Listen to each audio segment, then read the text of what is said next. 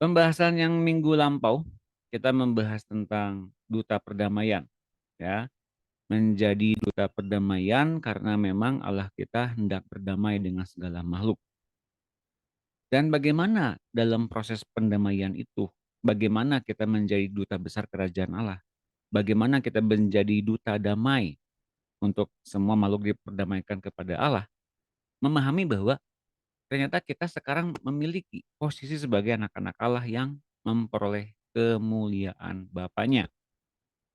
Oh, karena itu maka perlu kita ketahui bahwa di dalam kemuliaan itu adanya keleluasaan Roh Allah bergerak. Dan ini yang menjadikan dia nggak leluasa bergerak karena kita terlalu banyak kepentingan di dunia ini. Dan mari kita lihat sekarang bagaimana ia bisa leluasa dengan kemuliaan yang ia berikan kepada anak-anak itu. Persekutuan antara Tuhan dengan manusia yang mau bertobat kembali tidak hanya pada level keselamatan dan diberkati saja, ya.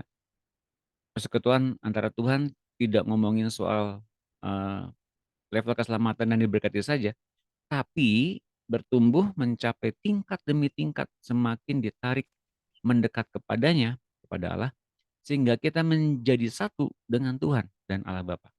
Yang memungkinkan terjadi kesatuan dengan Allah Bapa itu adalah karena ada pribadi Kristus yang telah turun jadi manusia hingga membuat kita setara, ya.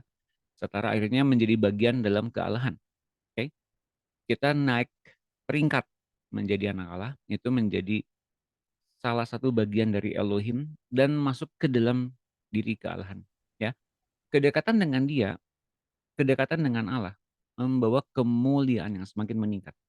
Dari kemuliaan kepada kemuliaan, dari glory to glory, oke. Itu ayatnya nanti akan kita bahas. 2 Korintus 3 ayat 18. Silakan Ibu Leni tolong baca. Ya Pak, Terima kasih Bu Leni. sama-sama Pak.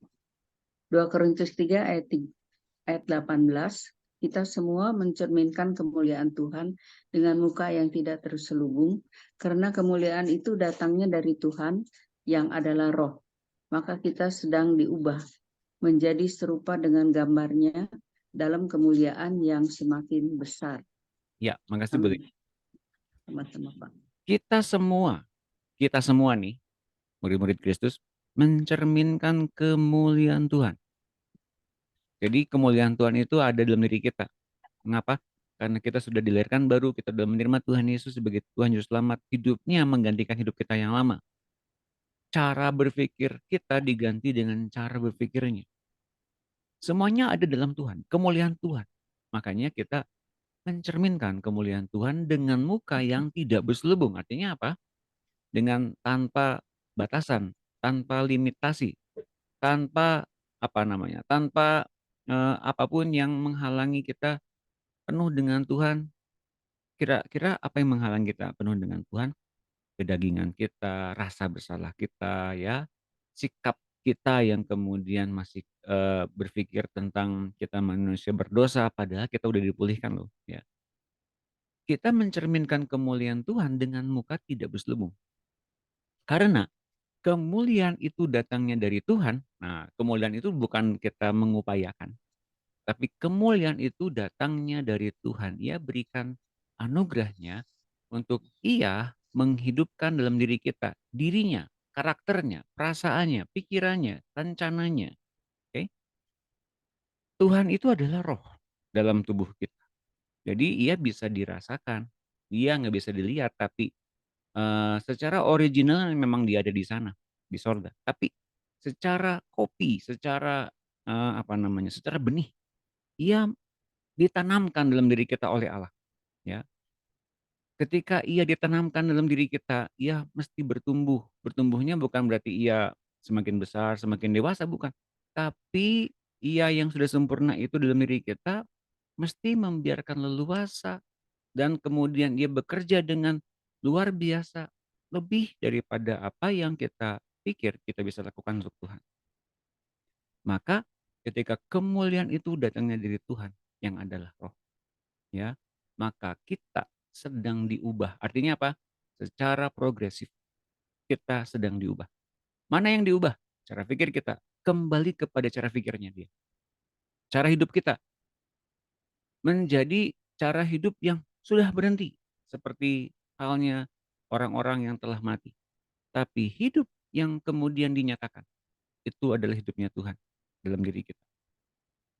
Maka kita sedang diubah menjadi serupa dengan gambarnya. Dengan apa? Dengan apa yang telah ditanamkan dalam diri kita dalam kesempurnaannya. Oke? Dalam setiap keilahiannya. Jadi sesuatu yang kemudian kita sadari kita masih belum layak, kita masih belum sempurna, itu memang betul seperti begitu. Tapi kalau kita melihat ke arah Kristusnya, kita itu sudah melihat bahwa ia sudah tergambar, ia sudah sempurna dalam diri kita. Dan ia akan lebih leluasa bila kita membiarkannya bekerja leluasa. Kita sedang diubah menjadi serupa dengan gambarnya dalam kemuliaan yang semakin besar. Jadi kalau dalam bahasa Inggrisnya from glory to glory, dari kemuliaan yang satu kepada kemuliaan yang lain. Di sini dikatakan bahwa kemuliaan yang satu kepada kemuliaan yang lain artinya apa? Kemuliaan yang telah diberikan oleh Tuhan dalam diri kita berupa hikmatnya, kebijaksanaannya, pikirannya, ya, setiap buah roh, yang 9 rasa itu dan setiap karunia roh itu diberikannya kepada kita. Dan kalau kemudian kita menerimanya demikian rupa, kita akan semakin masuk ke dalam kemuliaan yang semakin besar. Tentunya ini salah satu yang membuat kita menjadi anak-anak Allah yang sangat, antusias dalam menanggapi perubahan demi perubahan yang sedang Tuhan lakukan dalam diri kita ketika kita bertumbuh dalam iman.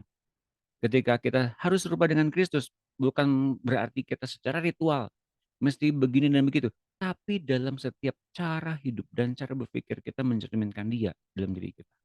Nah, kalau kemudian kita menghidupkannya, maka Ia dengan lebih leluasa hidup dalam diri kita, bernafas dalam diri kita, bahkan memakai tubuh kita untuk menyembuhkan banyak orang, mengajar banyak orang, memulihkan banyak orang.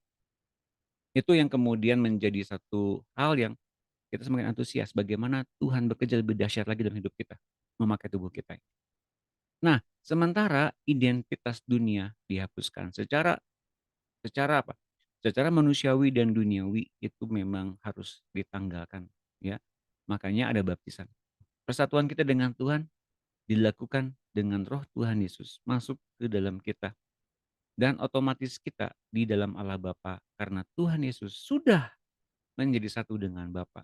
Jadi karena adanya Tuhan Yesus, kita terhubung kembali dengan Allah. Kita adalah anak-anak Allah yang kemudian mencerminkan juga kemuliaan Bapaknya.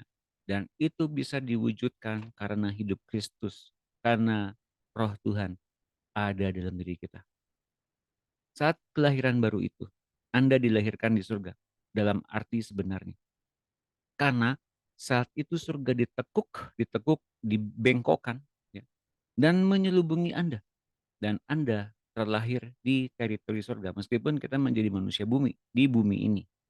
Surga dibengkokkan untuk surga, apa namanya ya, menginginkan kita semua di bumi ini. Jadi teritori surga sampai akhirnya di bumi karena ada kita terlahir di surga. Namun kita masih ada di bumi ini. Maka surga ditekukkan di bumi. Dengan demikian Anda beroleh kewarganegaraan surgawi sejak itu. Dengan cepat, surga mengakui Anda sebagai warga kerajaannya. Dan semua tanda-tanda kemanusiaan Anda yang lama segera dihapus. Asal-usul Anda dari dunia sama sekali dilupakan. Diganti dengan asal-usul yang baru dan tanda-tanda yang baru. Kartu kelahiran, kartu keluarga, kartu penduduk, dan paspor semua baru dari surga. Ya, tapi ingat teman-teman, ini ya bukan berarti kita langsung membakar semua kartu-kartu yang ada secara duniawi ya. KTP dibakar, kayak SIM A, SIM C disobek-sobek. Kita kan udah warga negara surga. Nah, kayak gitu juga kita mesti memahami bahwa iman yang kita punya adalah iman yang berasal dari anak Allah. Namun kita menyesuaikan dengan tingkat pengertian orang-orang dunia pada umumnya. Bukan berarti kita mensejajarkan diri dengan orang-orang dunia, tapi kita mesti apa ya, mesti menyesuaikan diri dengan keadaan di dunia ini. Bukan berarti kita turun level, tapi kita mesti menyesuaikan agar tidak terjadi satu kesalahpahaman. Ya, bukan berarti orang Kristen itu pemberontak, bukan berarti orang Kristen itu tidak taat aturan, bukan berarti begitu, tapi orang Kristen adalah orang-orang yang bisa memahami bahwa ketika kita melaksanakan hukum, mengasihi Tuhan dan mengasihi sama manusia, kita juga menggenapi hukum-hukum yang ada di muka bumi ini. Yohanes 3 ayat 3. Silakan Ibu Lan tolong baca.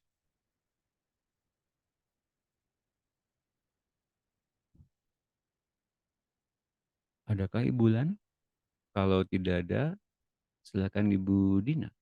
Ya, Pak. Oh, ada Ibu Lan, silakan. Yohanes 3 ayat 3. Yesus menjawab, sesungguhnya aku berkata kepadamu, jika seseorang tidak dilahirkan kembali, ia tidak dapat melihat kerajaan Allah. Amin. Makasih Ibu Lan. Ibu Dina bisa tolong baca?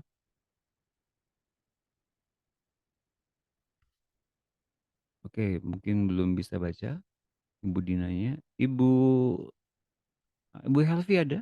Mazmur Ada. 144 ayat 5. Ya, Pak. Ya, silakan Bu. Ya, jarinya ya. Ya, ya, silakan jelas. Ini jelas. Jelas Bu. Hilang. Lu hilang.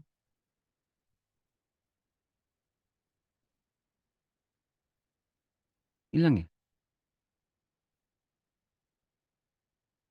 Oke, mungkin Ibu siapa yang bisa Bu? Ibu Helvi Saya ada? baca, Oh, nggak Pak. ada. Boleh Bu Oke. Soraya, silakan Bu Soraya. Mazmur 144 ayat 5. Ya Tuhan, tekukkanlah langitmu dan turunlah, sentuhlah gunung-gunung sehingga berasap. Amin. Terima kasih Bu Soraya. Nah, ini ayat yang luar biasa yang ternyata ditemukan dalam ayat dalam Alkitab. Ternyata Tuhan menekukkan sorganya dan sorganya itu ditekukan untuk menjadi menjadikan anak-anak manusia yang di bumi itu memiliki kewarganegaraan sorgawi. Jadi bukan saja sorga turun ke muka bumi lewat diri anak-anak Allah, namun teritorinya, kerajaannya juga memang ditekukan di bumi ini. Maka tidak heran teman-teman kalau Yakub pernah melihat ada tangga yang merupakan turun naiknya malaikat di situ, di Betel. Betul? Nah, maka itu sebabnya sorga menekukkan teritorinya. Tuhan menekukkan langit. Tuhan menekukkan sorganya untuk manusia mempunyai kewarganegaraan sorga. Meskipun manusia itu ada di bumi. Ya. Nah, kalau kita tidak dilahirkan kembali, kita tidak akan dapat melihat kerajaan Allah.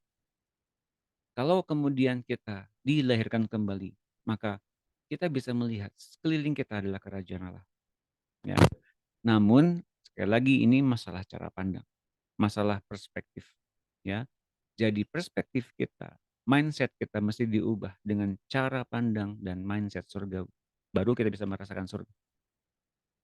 Dengan segera, Roh Kudus mengisafkan Anda bahwa Anda bukan orang dunia lagi, bukan manusia biasa, bahkan bukan cacing yang tak layak di hadapan Dia. Lihat ini, seringkali manusia hadir sebagai orang yang tidak layak di hadapan Tuhan karena begitu banyak dosa yang ia lakukan. Ya, kalau itu sadar dosa dan itu masih dilakukan, bertobat. Tapi sukar, Pak. Nah, berarti seseorang yang masih berdosa sampai dengan saat ini, berarti setiap orang yang demikian mereka diperhamba oleh sesuatu atau kuasa-kuasa di atasnya yang tidak sanggup mereka mereka lari daripadanya. Mereka tidak bisa lepas daripadanya. Sesuatu hal yang mengikat itu telah dilakukan Tuhan Yesus di kayu salib.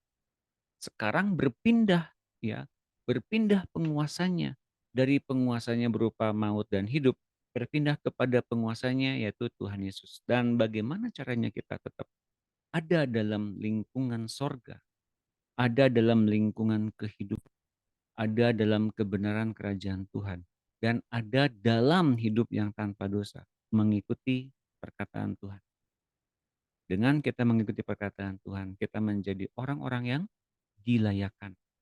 Ya, meskipun kita masih belajar, meskipun kita masih mungkin kita masih mungkin memiliki berbagai macam yang perlu dibereskan, didoakan, tapi kita dilayakan di hadapan Dia untuk kita ngobrol, berbicara dan mempunyai fellowship dengan Allah kita di sorga oleh karena Tuhan Yesus ada di dalam hati kita. Jadi yang lamban, yang sering kali saya tidak layak, saya masih berdosa ya, itu lamban. Sebenarnya indahnya kesadaran penuh bahwa Anda adalah anak Allah dan sudah didudukan bersama Dia di surga. Dia ada dalam Anda. Itu yang menyebabkan kita sekarang mesti punya kesadaran nih.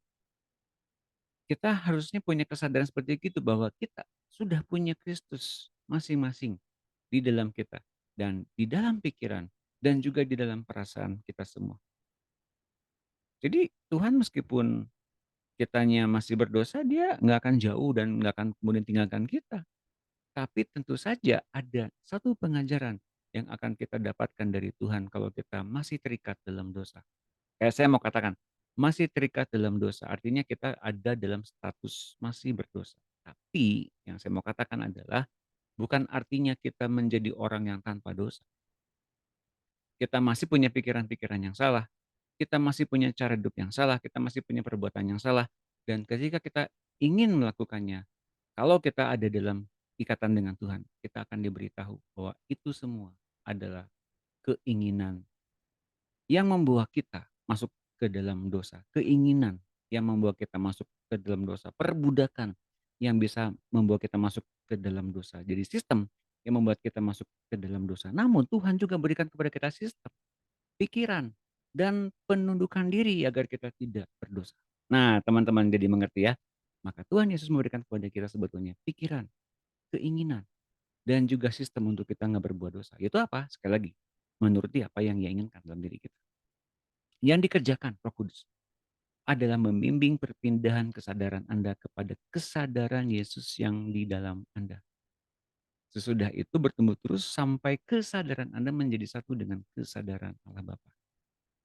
Ingat ini kesadaran kita ini tersembunyi dari kehidupannya Kristus.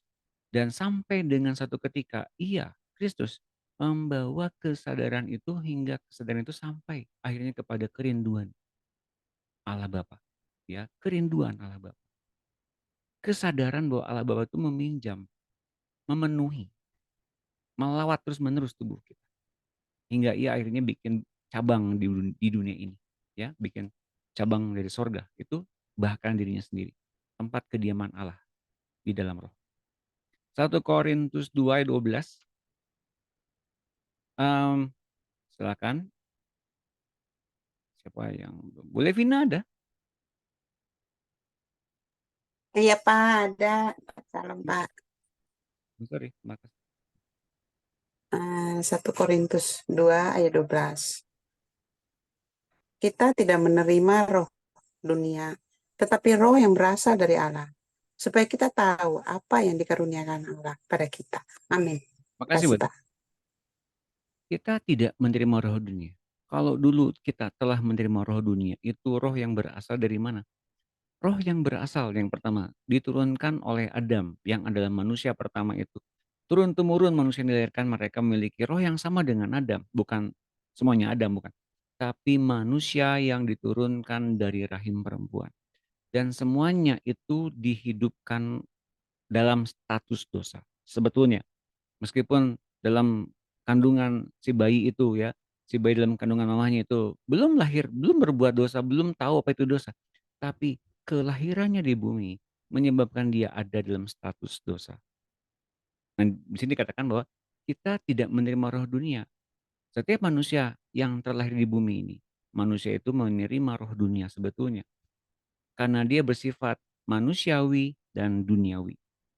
Tetapi roh yang berasal dari Allah, kita menerimanya dari Allah ya, agar kita bisa mengetahui apa yang dikaruniakan Allah kepada kita. Jadi Allah adalah Bapa yang memberikan, mengaruniakan, memberikan anugerah. Dan Ia untuk kita mengetahuinya, Ia memberikan kepada kita pribadinya. Dan pribadinya itu yang telah keluar dari dirinya adalah pribadi firman. Firman itu kemudian menjadi manusia. Ya. Dari kemanusiaannya kita bisa mengenal bahwa firman itu pernah menjadi manusia.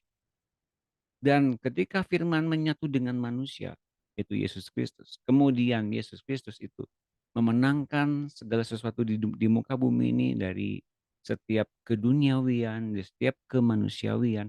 Ia kemudian menanggalkan semua dosa dan maut serta manusiawi kita di kayu salib, agar setiap manusia beroleh ke anak Allahan, posisi anak Allah itu, ya. Maka ketika kita menerima Roh Allah, kita sebetulnya menerima Roh Kristus untuk kita menerima Roh Allah itu. Agar kita semua bisa tahu apa saja yang telah diberikan oleh Allah kepada kita. Itu bila kita mengerjakannya dengan benar setiap hari saya mau katakan, setiap saat saya mau katakan, kita diberikan satu perlindungan, diberikan satu jaminan terus-menerus agar kemudian kita berjalan dengan tenang dalam bekerja, layanan apapun itu. Karena kita tahu apa yang telah Allah karuniakan untuk kita. 1 Petrus 4 ayat 4. Ada Pak Jeff di sini? Adakah? Ada. Ada. Terima kasih Pak Ya. Jeff. Ya, 1 Yohanes 4 ya. betul Pak. 1 Yohanes 4 ayat 4. Kamu berasal dari Allah, anak-anakku, dan kamu telah mengalahkan nabi-nabi palsu itu. Sebab roh yang ada di dalam kamu lebih besar daripada roh yang ada dalam dunia. Amin. Ya, makasih Pak Jeff. Ya. Jadi kita semua berasal dari Allah. Kalau roh Allah yang kemudian roh yang sama yang Allah punya itu ada dalam roh kita, menggantikan segala macam pikiran, segala macam hidup yang lama, bukan menggantikannya roh yang lama. Roh yang lama yang kita punya itu mesti bersanding, menyatu, menunggal, dan dibaptis dalam baptisan Roh Kudus. Agar kita menerima satu identitas baru, bahwa kita sekarang tersembunyi kehidupan kita oleh Kristus di dalam Allah. Nah, kalau kita sudah tersembunyi dan bagian kita kemudian menuruti apa yang Tuhan katakan setiap saat, yang terjadi adalah kita dilindungi oleh pikiran-pikiran Tuhan, oleh hidupnya Tuhan, oleh setiap rancangan Tuhan, maka dikatakan, sebab roh yang ada dalam kamu lebih besar daripada roh-roh yang ada dalam dunia ini. Tapi kalau kemudian kita masih berpikir tentang cara hidup yang kita pikir kita masih punya kelayakan di dalamnya, kita masih layak hidup dengan cara hidup kita yang lama, kita masih boleh berbuat dosa, kita masih boleh jatuh bangun dalam dosa, artinya kita masih ada di dalam sistem dunia dan dalam sistem si jahat yang memperbudak kita dalam dosa, dalam kebiasaan buruk, bahkan kita belum dibebaskan sepenuhnya oleh Allah kita. 1 Yohanes 5 ayat 19. Silakan dibaca. Siapa? Dari bawah ya. Ibu Sinar ada? Ya, selamat siang Pak. Selamat Ada. siang Bu. Terima kasih Bu Sinar. Terima kasih. 1 Yohanes 5 ayatnya yang ke-19 begini firman-Nya. Kita tahu bahwa kita berasal dari Allah dan seluruh dunia berada di bawah kuasa si jahat. Terima kasih Bu Sinar. Terima kasih. Ketika kita sadar bahwa kita berasal dari Allah, seketika kita ada di atas dunia. Maksudnya adalah kita tidak di bawah kuasa dan penghukuman si jahat. Loh, si jahat menghukum Pak, bukannya Tuhan yang menghukum. Tidak, si jahat yang menghukum kita. Tuhan tidak menghukum. Tuhan ya membebaskan seseorang dari dosa. Mana mungkin Tuhan menghukum. Jadi kalau manusia berdosa dan manusia tetap ada dalam dosa, mereka dihukum oleh perbuatannya sendiri yang jahat, yang satu. Dan keduanya, memang dunia ini berada di bawah kuasa si jahat dan penuh dengan penghukuman. Teman-teman, hati-hati ya. Makanya baptisan mengadakan pemisahan agar kita tidak lagi hidup di dunia, tapi kita menyatu dalam setiap program yang diadakan oleh Allah, diawali dengan kehidupan yang baru ketika kita keluar dari air. Itu baptisan yang menjadikan kita menjadi hak milik Allah. Tinggal kesadaran kita sekali lagi, kita asalnya asalnya dari mana, mau kemana berjalannya, dan oleh sistem apa kita berjalan ke arah sana itu. Oke, itu yang menjadi landasannya. Yohanes 15, ya betul, Yohanes 15, 19. Silakan Ibu Mundi, ada? Ya, Pak. Terima kasih. Salam, Pak. Ya. Halo, ya. Silakan, Bu. Yohanes 15 ayat 19. Sekiranya kamu dari dunia, tentulah dunia mengasihi kamu sebagai miliknya. Tetapi karena kamu bukan berasal dari dunia, melainkan aku telah memilih kamu dari dunia. Sebab itulah dunia membenci kamu. Amin. Terima kasih, Bu Mundi. Sama-sama, Pak. Nah, jadi kita menjadi orang Kristen, jadi orang RTM, jadi orang yang ngikutin pelajaran di RTM, jadi pemurid, jadi murid Kristus itu bukan kita ingin loh. Bukan kita yang berinisiatif. Tapi apa? Tapi lihat ini, tetapi karena kamu bukan berasal dari dunia, melainkan aku telah memilih kamu dari dunia. Ya, Tuhan telah memilih setiap kita untuk kita memperoleh hatinya.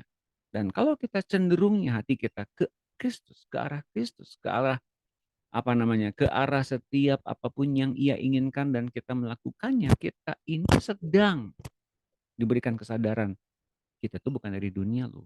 Arah kita bukan untuk tinggal di dunia selama-lamanya loh. Arah kita bukan untuk menyenangkan diri sendiri saja, tapi arah kita adalah apa? Bagaimana Kristus dan segala kemenangannya itu yang menjadi tujuan akhir hidup kita.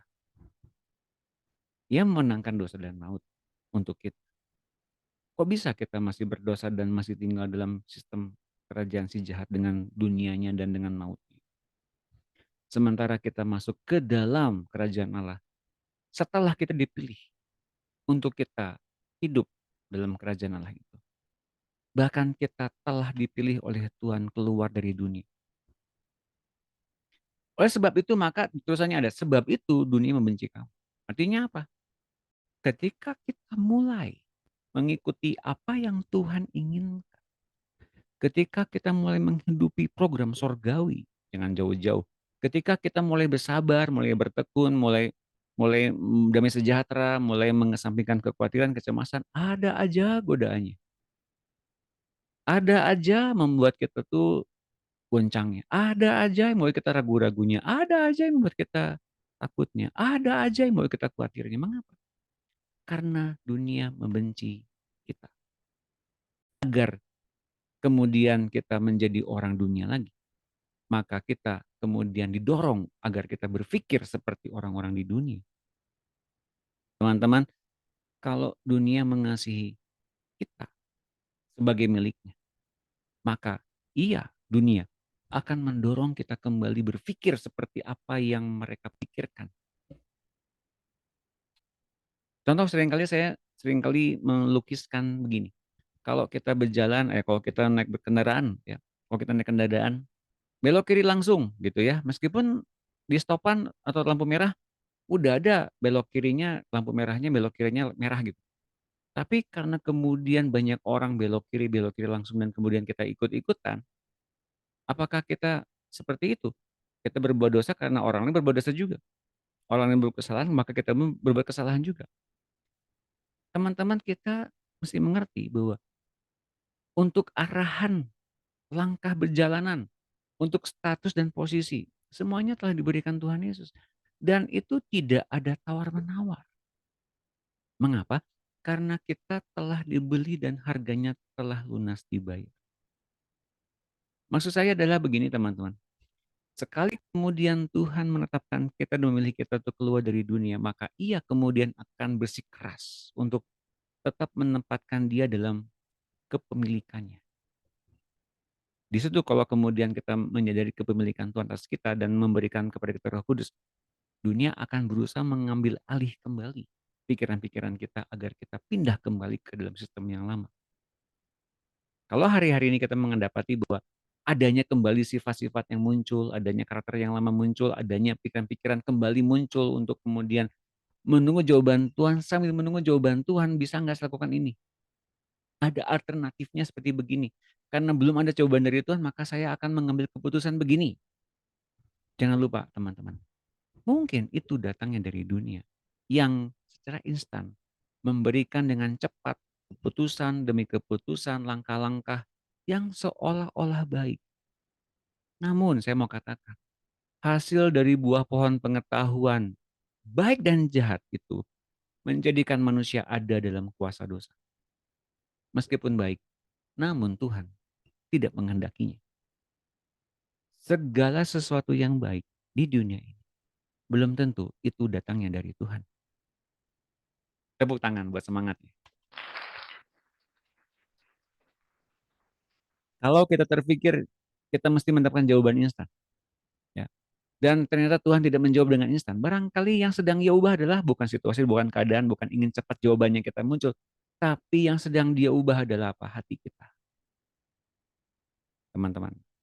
Jadi saya harap jangan cari jawaban yang instan. Jangan ingin mencari keputusan dengan cepat. Hati kita lah yang perlu diubahkan dari hal-hal yang sangat mendasar. Teman-teman ya. Oke. Yohanes 17 ayat 14. Ibu Marta ada? Ada, Pak. Terima kasih. Semangat. Nah, terima kasih, Pak. Yohanes 17 ayat 14. Aku telah memberikan firman-Mu kepada mereka, dan dunia membenci mereka. Karena mereka bukan dari dunia, sama seperti aku bukan dari dunia. Terima kasih, Bu Marta. Ini bukan berarti kita menginjili, kita beritakan firman, orang-orang mencibir kita, berarti mereka dari dunia, saya dari Tuhan. Itu bukan gitu, bukan. Lebih dalam lagi ya, teman-teman.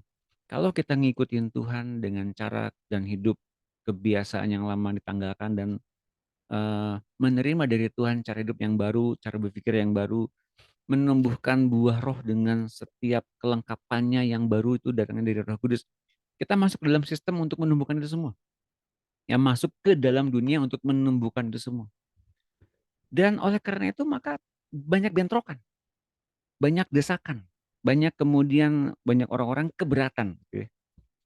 Bukan berarti mereka dari dunia, bukan berarti begitu. Tapi bisa jadi yang terjadi adalah ya kitanya masih belum belum menerima firman-Nya dengan sepenuhnya.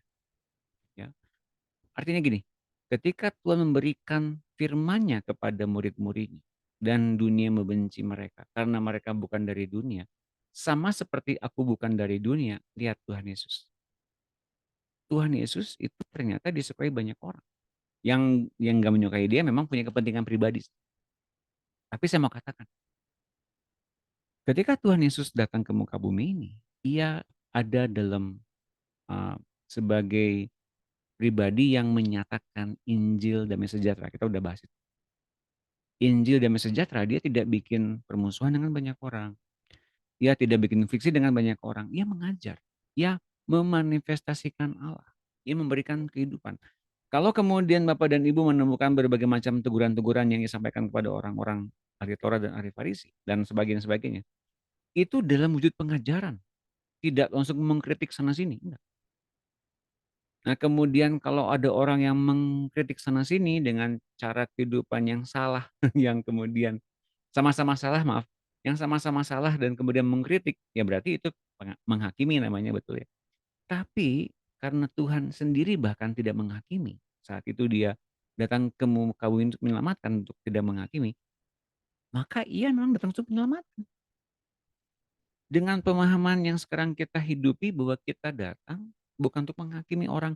Kamu pengajarannya salah, mestinya seperti orang-orang di RTM. Nggak kayak gitu. Mestinya yang kita lakukan adalah gini. Tuhan ingin agar kita mewujud nyatakan sorganya yang tercipta di muka bumi ini. Tuhan ingin agar kita menjadi gerbang sorganya. Agar orang-orang yang melihat kita, mereka bisa melihat pribadi Kristus yang nyata dan hangat dalam diri kita.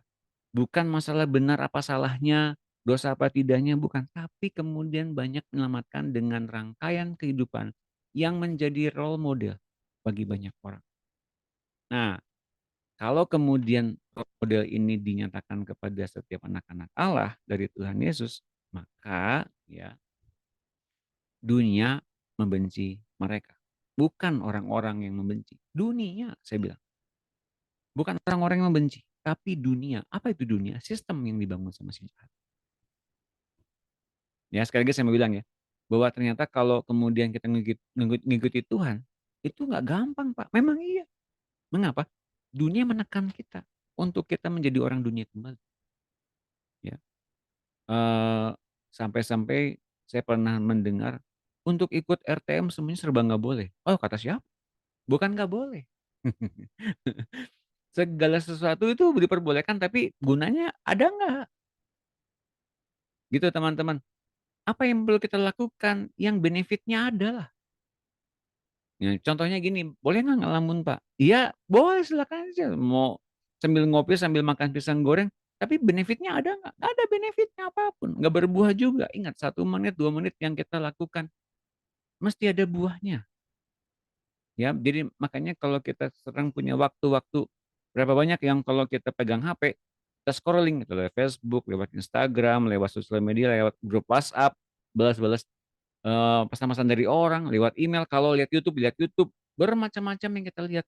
Biasa sampai 3 jam, 4 jam sampai tidur pun kita jadinya kehilangan momen untuk bertemu. Siapa yang seperti itu selain saya? Lebih saya ngaku dulu. Ada kalanya begitu bukan? Nah, ayo sekarang mulai belajar. Ya, kalau pegang HP, yakinkan dulu prioritasnya apa. Oke? Saya udah nggak main game lagi, udah lama nggak main game. Untuk apa? Nggak ada benefitnya kan? Ya, tapi kalau misalnya lihat Instagram ada khotbah, silakan dengar khotbah. Tapi kalau dengar khotbah, temukan esensinya dan catat itu dalam buku harian kita dan kemudian kita bawa dalam doa. Oke? Itu salah satu cara agar kita tidak larut dalam dunia. Meskipun kita pikir itu hal yang rohani. Tapi kalau masuk ke dalam waktu yang tak terduga sampai dengan kita 4-5 jam pegang HP, saya pikir ya, kalau nggak bertumbuh ya, saya pikir itu memang dari dunia. Menjerat kita. Seolah-olah kita menggeluti hal yang rohani, tapi itu hal yang duniawi. Karena kita pun ternyata nggak bertumbuh di situ. Adakah pertanyaan teman-teman sampai sini? Silakan bertanya. Saya mau menyapa dulu yang baru hadir, Ibu Pak Andrew Pangestian. Selamat sore, salam. Ibu Yohana, Bu Mundi, salam. Ibu Enda, Bu Monika Bangun, salam. Ibu Eva, salam. Nah, salam. Oke, tidak ada pertanyaan nih.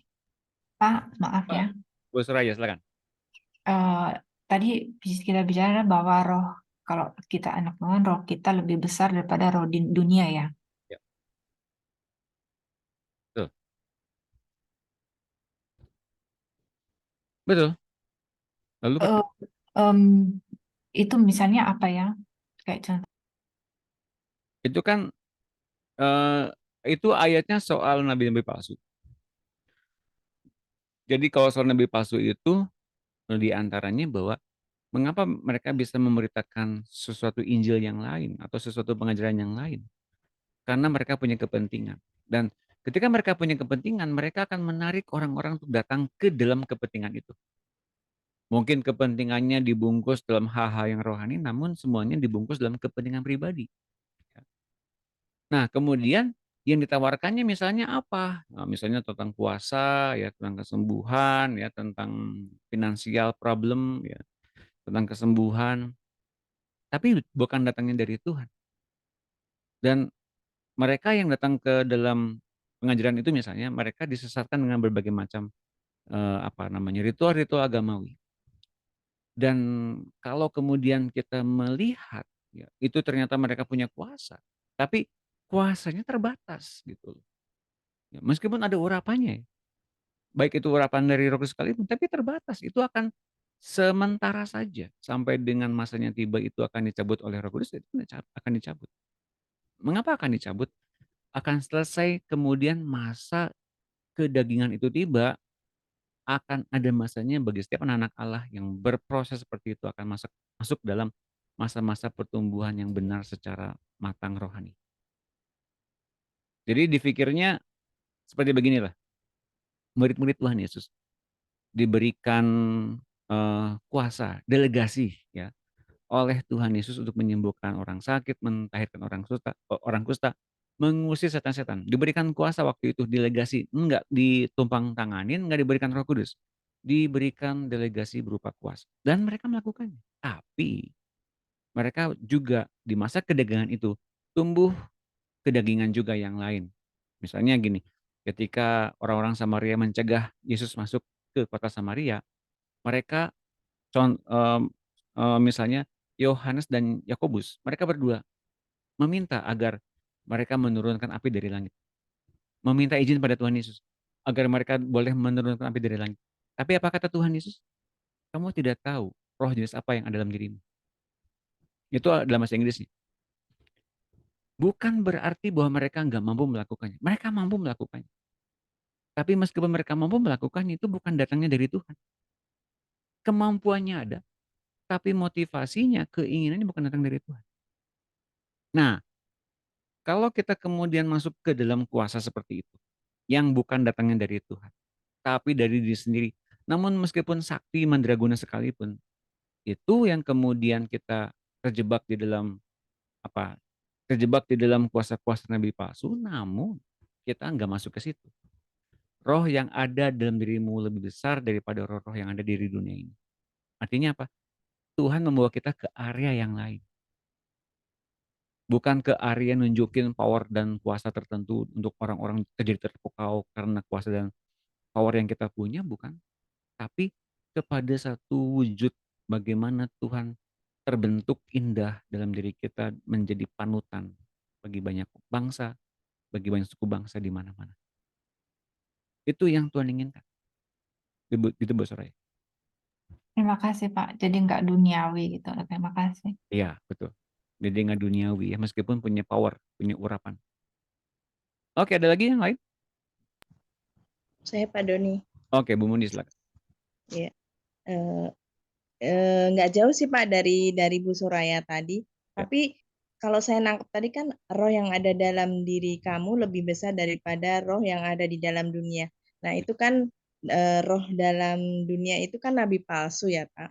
Ya. Tapi begini Pak, kan kadang-kadang kita gini, kita ngerasa roh kita itu memang roh Allah itu ada dalam diri kita. Ya. Terus ini mungkin udah umum ya Pak, misalnya kita tuh jalan di tempat yang mungkin kelihatannya itu menyeramkan gitu loh Pak. Mungkin rumah yang kosong, yang lama nggak ditempatin, kita harus berjalan di situ gitu. Nah, itu kadang-kadang saya tuh berpikir roh dalam diriku lebih besar gitu. Jadi kayak pede gitu loh Pak, lewat gitu. Jadi itu beranggapan bahwa di situ tuh ada, kalau misalnya orang menganggap perang dunia kan ada setannya apa gitu loh Pak. Apakah itu itu bisa juga Pak diartikan begitu Pak? Kesadaran bahwa kita punya roh Allah dan PD itu beda jauh. Kesadaran bahwa kita mempunyai roh Allah yang menguasai segala sesuatu, pencipta segala sesuatu, hingga kita kemudian memunculkan karakter ilahi Allah. Kalau confidence tentu akan jadi sombong. Ya enggak? Bentukannya, arahnya pasti jadi kesombongan tuh kalau confidence, kalau percaya diri. Tanpa Tuhan pun bisa. Tapi kalau kemudian kita memiliki kesadaran bahwa roh Allah dalam diri kita, kita jadinya hormat. Mempergunakan ini sesuai dengan kapasitas kita sebagai siapa? Sebagai pembawa kemuliaan Allah kan? Bukan sebagai Allah sendiri. Nah, ini bedanya. Ngerti nggak? Kalau jadi Allah sendiri, maka kemudian kita berhak menghukum orang lain, menghakimi orang lain. Kamu sesat, kamu salah. Ini ayatnya nih. Tapi kalau kita jadinya orang yang membawa kemuliaan Allah, nggak jadi kayak gitu. Ya nggak, Bu Mundi? Jelas nggak? Pak, tapi gimana sih Pak, misalnya kita tadi ya Pak, saya mungkin kurang begitu jelas ya Pak itu. Jadi misalnya itu tadi Pak, saya tuh jalan itu tadi tak tempat kayak gitu. Nah itu apakah sebenarnya kita nggak usah ini ya Pak ya, tadi menyombongkan diri bahwa roh Allah itu ada di dalam diriku itu. Nah tapi kalau misalnya kita tuh mungkin tanpa berpikir kayak gitu, ada rasa ketakutan gitu loh Pak. Mungkin ada rasa ketakutan kalau lewat situ. Tapi karena ngerasa, oh ya saya tuh punya ada roh Yesus yang ada di dalam diriku, kenapa mesti takut gitu. Apakah itu juga kesombongan juga itu, Pak? Responnya, yang sekarang bergantung responnya bagaimana setelah itu? Yang dilakukan oleh ibu misalnya apa? Responnya yang paling penting. Ya enggak? Responnya apa? Coba sekarang. Responnya ya gini, Pak. Jadi saya melangkah, ya mungkin ada doa dan tadi itu oh ya roh Tuhan ada dalam diriku, roh Tuhan melindungiku gitu loh, Pak. Melindungi aku dari segala, kan di situ namanya ini pemikiran ya Pak, orang misalnya tempat itu dianggap seram gimana gitu loh Pak. Nah, tapi mau nggak mau kita harus jalan melalui situ gitu. Nah, itu kan istilahnya eh, saya harus bisa menekan jadi perasaan ketakutan itu loh Pak. Nah, dengan merasa saya tuh oh iya Tuhan Yesus akan ada di dalam diriku, Roh Kudus ada dalam diriku. Gitu loh Pak. Contohnya misalnya Ya. gitu. Lalu responnya gimana? Yang dilakukan ibu gimana? Diem aja gitu, nggak ngapa-ngapain, oh segitu aja gitu, atau gimana? Ini kan contohnya. Iya, Lalu yang ibu lakukan gimana? ya saya lakukan responnya mungkin berjalan sembari berdoa Pak. Berdoanya kayak gimana? Saya pengen tahu. Ya berdoanya minta biarlah roh apa ya, melindungi dari segala kuasa-kuasa dari roh-roh asing lah kayak gitu Pak. Minta dilindungi dari kuasa-kuasa kegelapan, roh-roh asing yang bukan dari Tuhan gitu. Nah, Atau bisa juga orang kan bisa kayak gitu Pak, tutup bungkus. nah, ibu aja bingung dengan pertanyaan ibu, dan ibu lakukan juga bingung, berarti ibu sebetulnya masih belum melakukan ini semua gitu loh sebetulnya, betul nggak? Ya tadi mungkin contoh ya, sebenarnya karena gini loh Pak, saya tuh berpikir misalnya saya itu melewati ini bukan karena kalau di kampung tuh kan banyak kuburan apa gitu loh Pak. Nah di situ itu kan terus saya lewat situ, itu saya tuh kok berpikir kalau saya lewat situ kenapa saya mesti takut gitu loh Pak. Kenapa saya mesti takut? Saya harus berani. Nah, kan ada juga yang bilang, iya rohmu lebih besar, itu nih tadi ya Pak, apakah pengertiannya rohmu lebih besar dari roh yang ada di dunia ini gitu loh Pak Iya, maksudnya. ya kan konteksnya itu kan tentang nabi palsu konteksnya sebetulnya. Tapi banyak orang itu mengkaitkannya tentang bagaimana kita berjalan di dunia ini, bagaimana kita menghadapi pelayanan pelepasan dengan setan-setan ya. Dalam konteks itu bisa nggak dipakai? Bisa dipakai seperti itu. Cuman saya bilang gini, responnya kemudian yang kita lakukan apa? Kalau kemudian munculnya kesombongan, dari mana asalnya? Kemudian munculnya hal yang benar dan baik yang Tuhan inginkan, dari mana asalnya? Bagaimana memunculkannya gitu. Gini, kalau kemudian kita melewati proses seperti itu, seperti tempat yang angker begitu, sebetulnya tempat yang angker itu tampaknya angker. Tapi sebetulnya yang terjadi adalah ya biasa-biasa aja. Orang dunia semuanya angker kok. Ya nggak? Kita lewati di dunia ini semuanya ini tempat orang-orang mati semua. Gitu. Wilayah setan semua. Karena kemudian ada pohon beringinnya, jadinya tampaknya spooky, mengerikan gitu. Sebetulnya sama-sama aja. Nah, responnya kemudian apa? Yang kita perlu lakukan apa? Kalau kita di guide oleh Tuhan untuk kemudian kita ke situ, namun dia tanpa bilang apapun, hanya bilang itu kan wilayah biasa saja, tidak untuk kita ngapa-ngapain juga nggak apa-apa, lewat gitu aja nggak apa-apa, ya nggak? Jelas nggak? Nah, buat kita yang kemudian mengalami satu hal yang serangan-serangan fisik dan sebagainya misalnya ya, nah baru beroleh satu kuasa di situ. Dalam nama Tuhan Yesus aku meminta malaikat-malaikat Tuhan untuk membawa keluar semua yang menghalangi jalan-jalanku atau yang mengikuti di belakangku ini, untuk mereka menyingkir, mereka kembali ditempatkan di tempat yang semula untuk tidak mengganggu aku selama perjalanan ini. Dalam nama Tuhan Yesus. Nah, itu baru kita menjadi orang yang mempergunakan kuasa dari Tuhan Yesus. Dan itu nggak sombong. Ngerti nggak, Bu? Jatuhnya kesombongan kalau kemudian, kemarin pas aku masuk ke kuburan, wah kan banyak setan-setan tuh. Oh gitu ya. Aku bilang aja jalan Matius, nyah keluar, wah semua pada keluar ya gitu. Wah semua teh pada kemudian pada takjub, pada mengagumi. Wah kamu hebat ya. Iya dong, siapa dulu. Nah, jadi sombong gitu loh. Mengerti maksud saya? Iya Pak, iya iya iya, ya mengerti Pak. Ya, Ya jadi ngerti Pak, ngerti ngerti. ya, sebetulnya apa yang kita lakukan bergantung dari tuntunan Tuhan yang dalam diri kita. Itu yang kemudian menyebabkan roh yang ada dalam diri kita adalah roh yang lebih besar dari dunia ini. Gitu. Yang kita lakukan kemudian apa? Mungkin nggak lakukan apa-apa. Jujur, saya pun sering masuk ke dalam wilayah, tapi saya nggak lakukan apapun lah. Memang nggak suruh ngapa-ngapain juga kok. Pak, berarti kalau jalan kayak gitu ya berarti jalan aja gitu ya Pak. Kalau misal memang harus jalan ya jalan aja gitu ya Ya Pak. jalan aja. Nggak ada yang mesti di apa-apain, ya jalan aja. Serius. Tanya sih saya. Kalau lewati jalan yang angker gitu, saya nggak lakukan apa-apa. Justru saya bilang, gimana kamu lihat? Udah, jalan aja biar.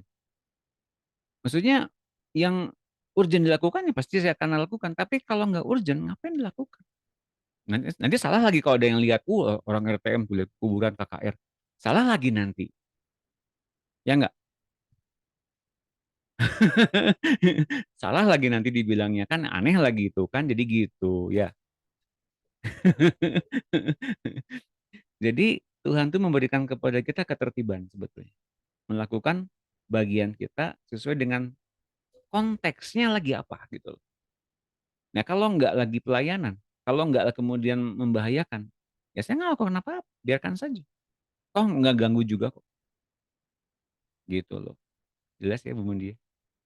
Pak, kalau misalnya gini Pak, kita doa misalnya salam salam lewat kayak gitu, salam salam kayak gitu, itu juga nggak apa-apa ya Pak Itu ya kayak gitu. niru-niru orang dunia Bu Mundi. Assalamualaikum. Oh, Assalamualaikum. Pak, nurun. Jadi kayak assalamualaikum, maaf salam gitu ya Pak ya, yang lewat itu ya Pak. Oh, jadi nggak jangan ya Pak. Gimana sih Bu? Nurutin aja Bu. Teman-teman. Nangkep kan maksud saya ya. Mudah-mudahan ngerti. Nah, jadi nurutin dong. Saya bilang secara secara urgensinya aja gitu ya. Apa yang didorong Tuhan pada kita. Gitu loh. Maksud saya itu yang paling penting. Urgensinya apa? Perintahnya apa? Gitu loh. Jelas? Iya Pak, jadi nggak usah ini ya, ya kayak orang dunia itu nggak usah ya Pak ya. Nggak Jadi usah. kalau ini, Nggak usah lah. oke Pak. Oke. Iya, Pak, terima kasih Pak. Terima kasih. Ada lagi yang lain? Iya. Ya itu karena takut sih. Biasanya orang melakukan tindakan begitu ya, darah Yesus, darah Yesus. Itu karena mereka takut sebetulnya. Mereka tuh gemetar sebetulnya. Roh yang lebih saya lebih kuat, lebih kuat. Bari, bari, bari kabur, bari lari. Wah. Biasanya gitu, tapi di sini kan enggak ya. Di sini semuanya luar biasa baik. Oke, seterusnya kalau nggak ada. Kemudian, persatuan itu meliputi pengertian, pikiran, bahkan sampai perasaan juga disatukan. Ya, dilebur jadi satu dengan dia. Istilah baru dalam dunia teknik atau istilah baru dalam dunia teknik ada fusion antara roh Anda dengan roh dia. Roh kecil dan roh besar ya. Dua inti atom unsur yang lebih ringan dari besi bila disatukan akan mengeluarkan energi yang besar. Sebaliknya, yang lebih dari besi akan menarik energi. Yang lebih kecil ya, yang lebih kecil dari besi akan menarik energi. Orang sedang melakukan eksperimen dalam bidang ini dan hendak menciptakan mesin fusion yang akan menggantikan tenaga roket. Jarak tempuh bumi sampai dengan Mars adalah 7 bulan. Memakai tenaga roket yang sekarang, tapi hanya 3,5 bulan dengan mesin fusion. Jadi fusion ini menarik apa namanya? Oh ini eh, apa namanya? Dua inti atom unsur yang lebih ringan dari besi bila disatukan akan mengeluarkan energi yang besar. Sebaliknya, yang lebih besar dari besi ya akan menarik energi. Ini yang lebih besar, ya. Nah, ini yang terjadi bahwa ketika kita disatukan, dilebur jadi satu roh yang baru, bukan roh yang lama itu mati, enggak. Roh yang lama itu dipersatukan, dilebur jadi satu, dan kemudian kapasitas roh yang Yesus punya itu lebih dominan daripada yang kita punya. Nah, perkataan dominan ini saya dapatkan tadi pagi, lagi melatih nih, lagi melatih ya. Tiba-tiba muncul kata dominan itu, tau nggak? Pikiran-pikiran seseorang itu kalau dominan itu, kalau datangnya dari Tuhan, dia akan menjadi karakter yang berkarakter ilahi. Tapi kalau dominannya berasal dari dunia dan dominannya berasal dari manusia lama, maka orang itu akan menjadi egosentris. Nah, kalau kemudian yang munculnya kebanyakan dominasinya dari kita sendiri, maka kita akan menjadi egosentris. Apa yang muncul dari sikap egosentris? Menarik kasih dari orang lain, menarik perhatian dari orang lain. Gitu loh teman-teman. Dan kalau kemudian kita pelayanan, kita ingin dapat penghargaan dari orang lain. Atau dalam satu sikap dan dalam satu pelayanan, fellowship, atau dalam apapun. Orangnya ingin nonjolin diri. Entah dengan doa yang panjang-panjang, entah dengan cerita yang panjang-panjang, atau kesaksian yang panjang-panjang. Nah, teman-teman, itu berasal dari dominasi pikiran diri sendiri, bukan dari Tuhan. Kalau yang dari Tuhan akan kemudian menyeimbangkan dirinya dengan sekitarnya. Kalau ada orang yang berlawanan, dia akan cenderung tidak langsung menegur, tapi dia kemudian mendengar, menyimak, memahami, dan kemudian memutuskan seperti begini, Tuhan, apa yang perlu Engkau lakukan, apa yang perlu kita lakukan untuk dalam hal ini. Ya, bisa jadi Tuhan nggak nyuruh apapun. Nah, teman-teman, kalau kemudian kita memperoleh dominasi dari Tuhan, ujung-ujungnya kita akan selalu mengadakan damai dengan siapapun. Nggak ada pertentangan, nggak ada perdebatan, pertikaian, sebetulnya seperti itu. Oke, teman-teman, pahami ini ya. Ini akan berguna banget bagi kita yang sekarang manapun kalau kemudian kita beroleh pemuridan, meskipun secara online, tapi kita yang pelayanan di kota-kota, kemudian kita menjadi dampak yang indah bagi kota-kota kita. Ya, jadi jangan sampai kemudian kita menjadi orang yang dominan di atas orang lain. Jadinya nanti jadi orang kuat. Saya pastikan nanti jadinya jadi orang kuat. Orang yang berpengaruh tapi jadinya orang yang berpengaruh secara daging sebetulnya. Matius 5:48. Silakan dibaca. Ibu Enda ada? Ada, Pak. Terima kasih. Ya, Bu Enda. terima kasih, Pak.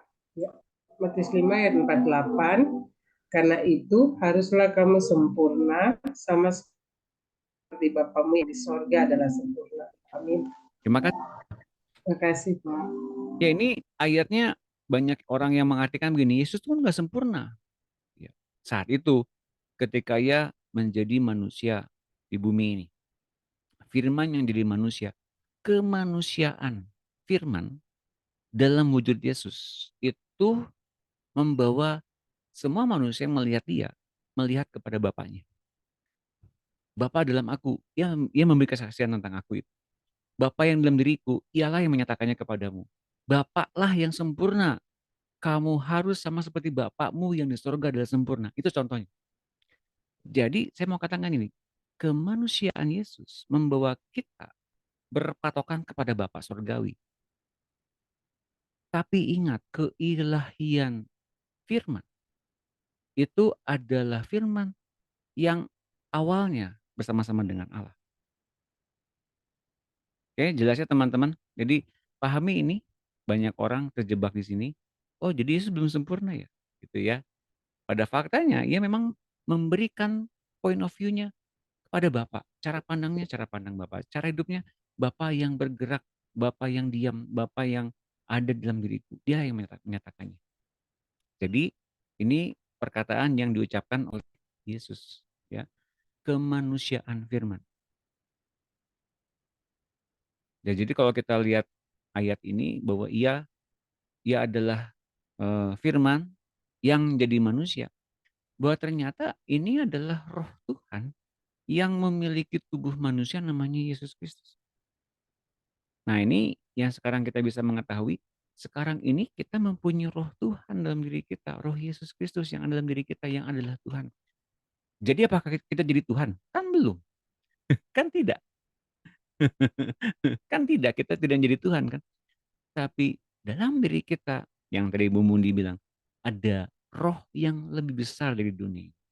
Dan yang membuat kita semakin beriman adalah untuk masalah-masalah yang hadir di muka bumi ini, kita sudah ditentukan menjadi lebih dari pemenang bersama-sama dengan Tuhan. Itu yang menjadi satu patokan yang kita bisa pegang, bahwa roh yang ada dalam diri kita lebih besar dari dunia ini. Tepuk tangan semuanya. Itu contohnya, ya teman-teman. Karena versi dunia ini akan kemudian agak segera berakhir, akan diganti dengan dunia yang akan datang. Tapi proses belajarnya perlu kemudian hidupkan oleh roh Tuhan yang ada dalam diri kita untuk kita berlanjut kembali di dunia yang akan datang itu. Yohanes 17 ayat 21.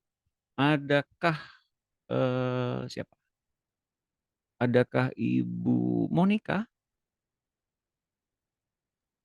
Ya Pak, Terima kasih. Yohanes 17 ayat 21, supaya mereka semua menjadi satu, sama seperti Engkau ya Bapa di dalam aku, dan aku di dalam Engkau. Agar mereka juga di dalam kita, supaya dunia percaya bahwa Engkaulah yang telah mengutus aku. Ya, meskipun makasih Bu Monica, meskipun dalam bahasa Yunaninya atau bahasa Ibraninya ini satu matematika, tapi ini bukan satu angka, ya, satu hakikat, ya betul, bukan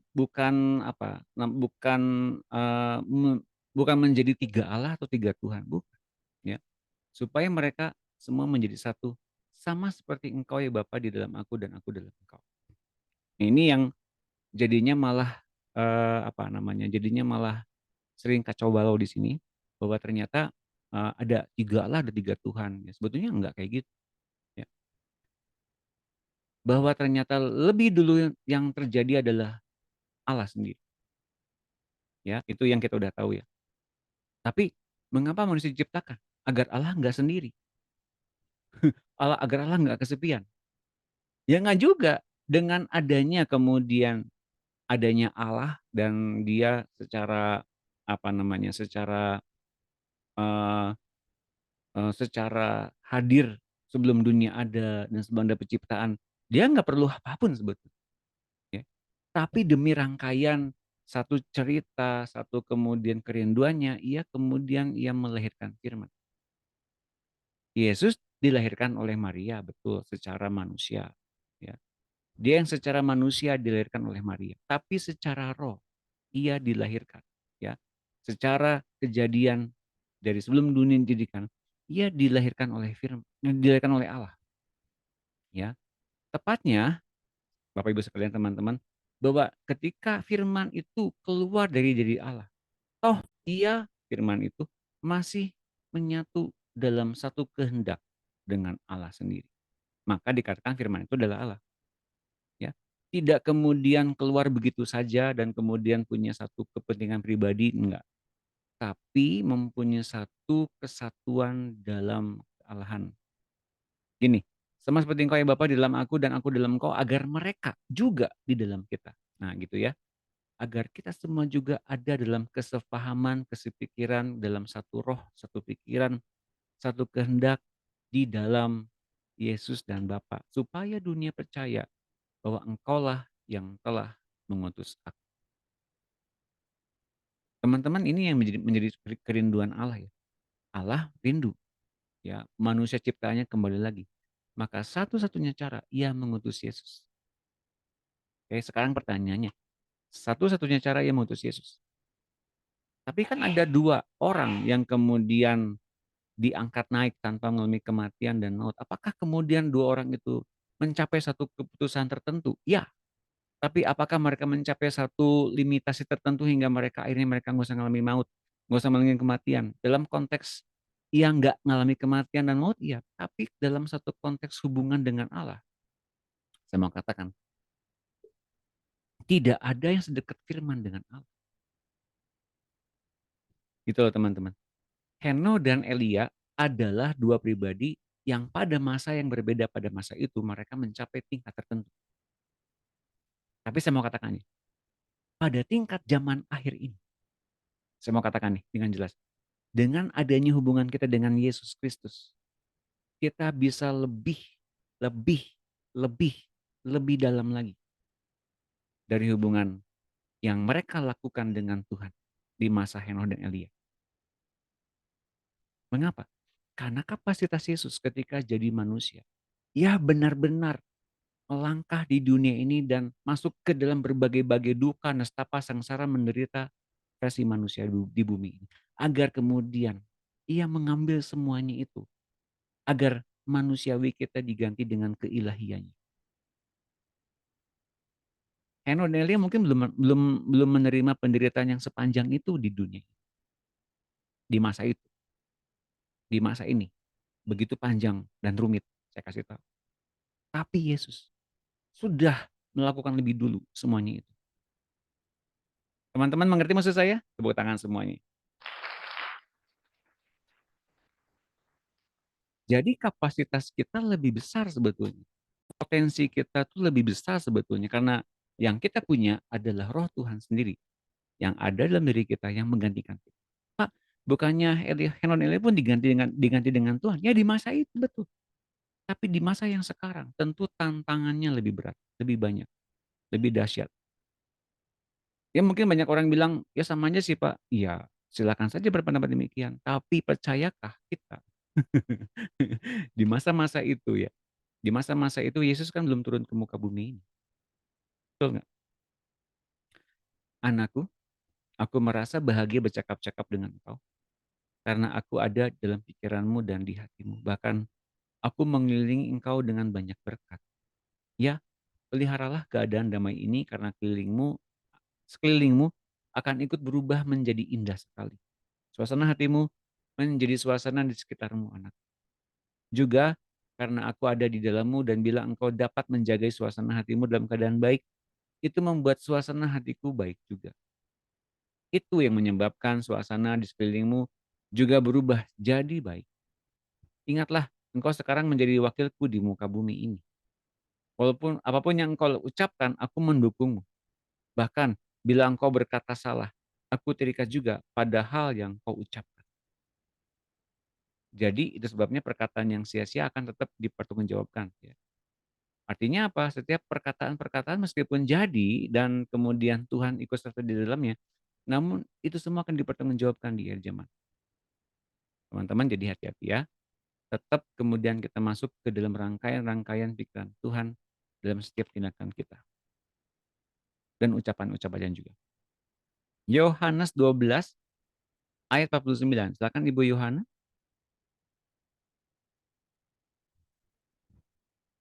Apakah ada? Mungkin belum bisa.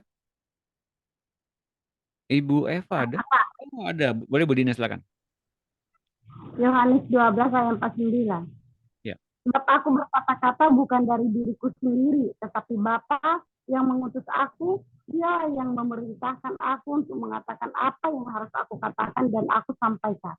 Ya, terima kasih Bu Dina. Jadi Yesus pun diperintahkan oleh Bapa untuk mengatakan yang harus Yesus katakan dan Yesus sampaikan. Jadi Bapaknya adalah pribadi Allah yang memerintahkan, yang mendominasi, yang memberikan kehidupan, yang memberikan jati diri untuk berpikir, punya perasaan, punya hidup.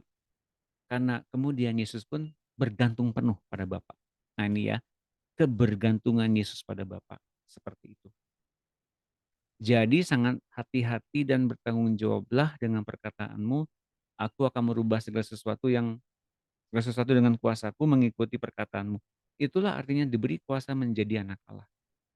Ketika engkau sadar engkau menjadi satu dengan anakku, maka saat itu engkau telah menjadi anakku juga. Ketika engkau mengetahui rahasia ini, aku menyatukan diriku di dalammu juga. Ya, kalau engkau berbicara sesuatu, hendaklah itu dipimpin oleh hikmat. Maka pengetahuanku akan menyertaimu juga dan kuasaku akan mendukungmu pula. Ketika engkau sadar telah menyatu dengan anakku, maka engkau sepenuhnya di bawah kendalinya juga. Itu rahasianya.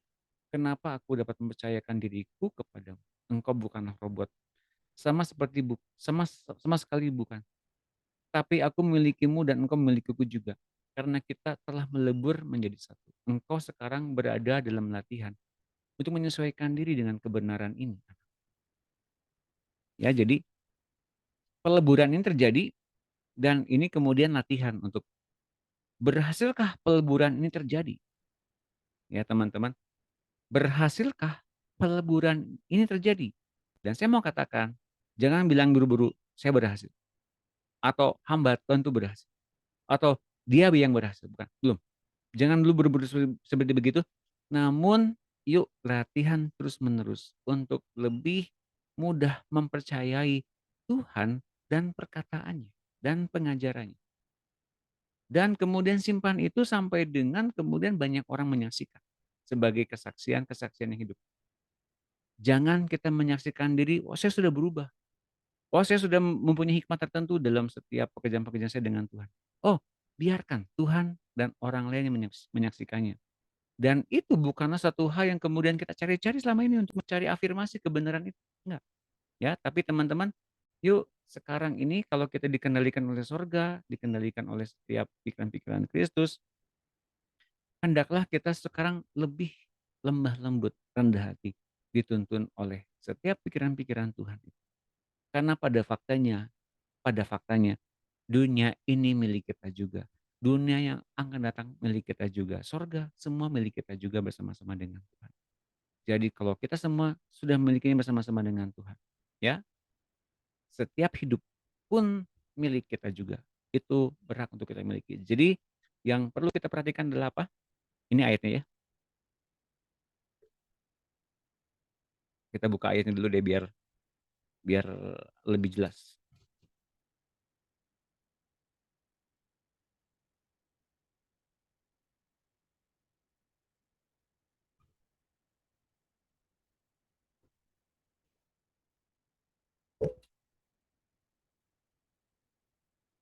Satu Korintus 3 ayat 22.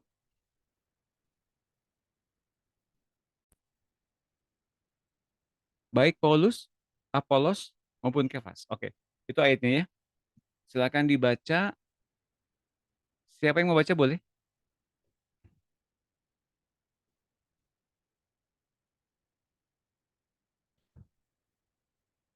Satu Korintus 3 ayat 22. Silakan dibaca. Ayat 23, Ya, betul. 22.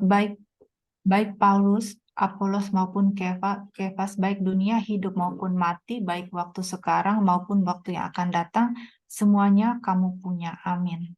Ya, betul ya. Apolos, Paulus, Kefas, penginjil, hamba Tuhan, pengajar RTM, pengajar siapapun, semuanya milik kamu. Dunia, hidup, mati, waktu sekarang maupun waktu yang akan datang, semuanya kamu punya. Artinya apa?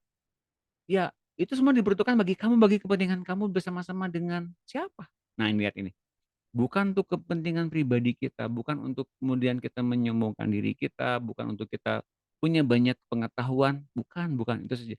Tapi kamu, 23, tapi kamu adalah milik Kristus dan Kristus adalah milik Allah. Pada faktanya, semuanya dikembalikan lagi kepada Allah. Tapi kitanya ikut dimuliakan bersama-sama dengan Allah dalam Kristus.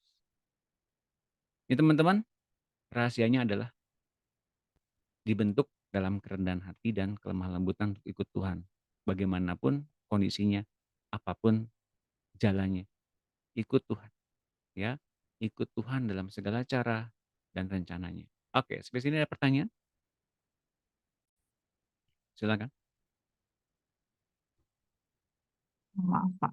Bu Soraya, silakan. Yang terakhir ini ayatnya saya nggak terlalu ngerti. Semuanya kamu punya, waktu yang akan datang, yang Oke. 23 ya dalam masa FIH ya. Ia telah mengaruniakan Paulus dan Apolos dan Petrus kepada saudara sebagai penolong. Ya. yang ayat ya 1 Korintus 3 ayat 22 yang Ya ini saya lagi bagikan sekarang. Dalam edisi yang berbeda FIH. Lebih jelas. Ia telah mengaruniakan Paulus dan Apolos dan Petrus kepada saudara sebagai penolong. Artinya apa? Petrus, Apolos, Paulus menjelaskan kepada kita tentang apa itu firman Tuhan. Apa itu kebenaran firman Tuhan. Kita baca Alkitab, kita nggak ngerti. Betul? Kita kemudian ngalami sesuatu kita mungkin nggak ngerti, maka kita perlu pertolongan dari hamba-hamba Tuhan. Nah, Paulus, Apolos, Petrus diperuntukkan untuk kita bisa mengerti segala sesuatu. Hamba-hamba Tuhan itu diperuntukkan oleh Tuhan untuk kita mengerti segala sesuatu. Bahkan Tuhan, lihat ini, telah memberi saudara seluruh dunia ini. Hidup dan bahkan mati pun adalah pelayan saudara. Seluruh masa kini dan seluruh masa depan adalah telah diberikannya kepada saudara. Semuanya itu milik saudara. Jadi tidak ada rahasia lagi sebetulnya, hanya jika kita mempunyai pikiran seperti ini. Siapa yang punya? Tuhan. Bagaimana cara Tuhan mengungkapkannya kepada kita? Lewat hamba-hambanya yang tadi. Kita melintasi waktu dan dunia yang sebetulnya akan segera kita lewati. Dan Tuhan berikan kepada kita untuk kemampuan melewatinya berupa apa? Hikmat. Nah, hikmat itu yang kemudian disampaikan oleh hamba-hamba Tuhan. Mengertikah itu teman-teman, Bu Soraya?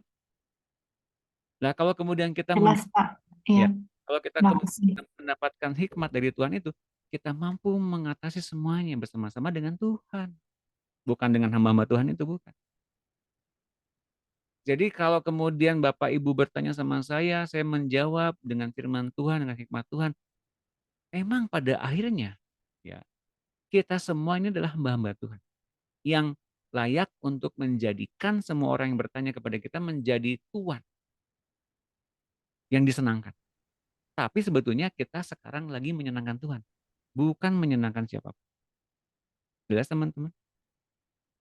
Yuk, jadilah hamba bagi siapapun. Itu yang Tuhan mau. Mengapa? Karena untuk itulah mereka kelak menjadi hamba Tuhan. Berikutnya bagi orang lain. Tepuk tangan semuanya. Terjawab, Bu Soraya? Jelas, Pak. Terima kasih. Makasih. Terima kasih. Ada lagi pertanyaan yang lain? Adakah? Tidak ada ya? Saya teruskan. Perbudakan kebinasaan. Mengapa seluruh makhluk sangat rindu menantikan saat anak-anak Allah akan dinyatakan? Kapankah anak-anak Allah itu mencapai kemerdekaan dan kemuliaan anak-anak Allah itu? Jadi seluruh makhluk sangat rindu menantikan anak-anak Allah dinyatakan.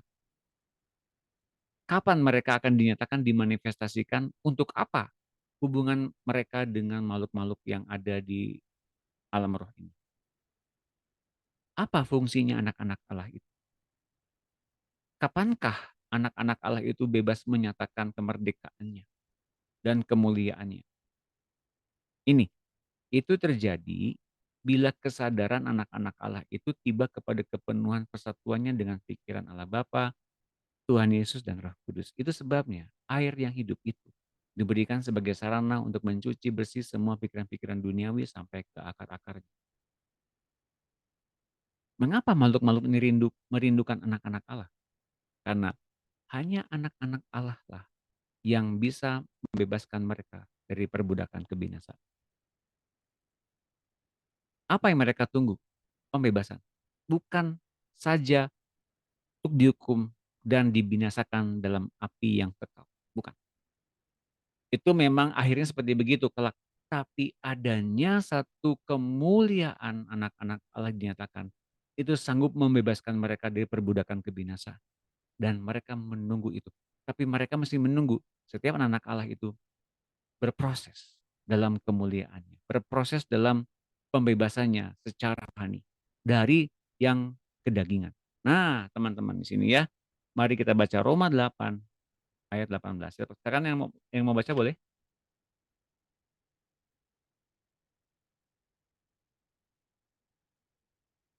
Silakan. Saya, Pak. Ya, terima kasih. Silakan Bu siapa? Bu Marta ya. Ya, terima kasih, Pak. Terima Roma kasih. 8 ayat. Oke. Oh.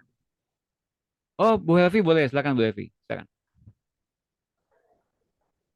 Ya, Pak Doni. Roma 8 ayat 18 ya, Pak Doni. Betul, Bu. Sebab aku yakin bahwa penderitaan zaman sekarang ini tidak dapat dibandingkan dengan kemuliaan yang akan dinyatakan kepada kita. Ayat 19 lagi ya Pak Doni. Betul Bu, sampai 22. Sebab dengan sangat rindu seluruh makhluk. Sebab sangat rindu seluruh makhluk menantikan saat anak-anak Allah akan dinyatakan, karena seluruh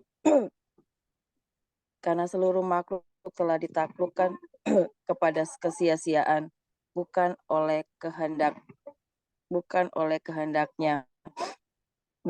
kehendaknya sendiri, tetapi oleh kehendak Dia yang telah menaklukkannya. Ayat yang ke-21, tetapi dalam pengharapan karena makhluk itu sendiri juga akan dimerdekakan dari perbudakan kebinasaan dan masuk ke dalam kemerdekaan kemuliaan anak-anak Allah. Sebab kita tahu bahwa sampai sekarang segala makhluk sama-sama mengeluh dan sama-sama merasa sakit bersalin. Ya, terima kasih Bu Leti. Ya Pak Doni. Ya, kita lihat dulu dari ayat 19 ya. Ini kuncinya. Jadi ada yang tertulis di sini, sebab dengan sangat rindu seluruh makhluk menantikan saat anak-anak Allah akan dinyatakan. Makhluk yang mana? Tentu konteksnya ini makhluk yang sedang menantikan anak-anak Allah dimanifestasikan. Mengapa mereka menunggu itu? 20-nya jawabannya.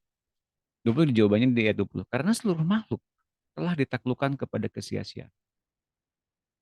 Siapa yang Yang ditaklukkan kepada kesia-siaan? Makhluk. Siapa yang makhluk di sini? Makhluk yang nungguin anak-anak Allah dinyatakan. Oke.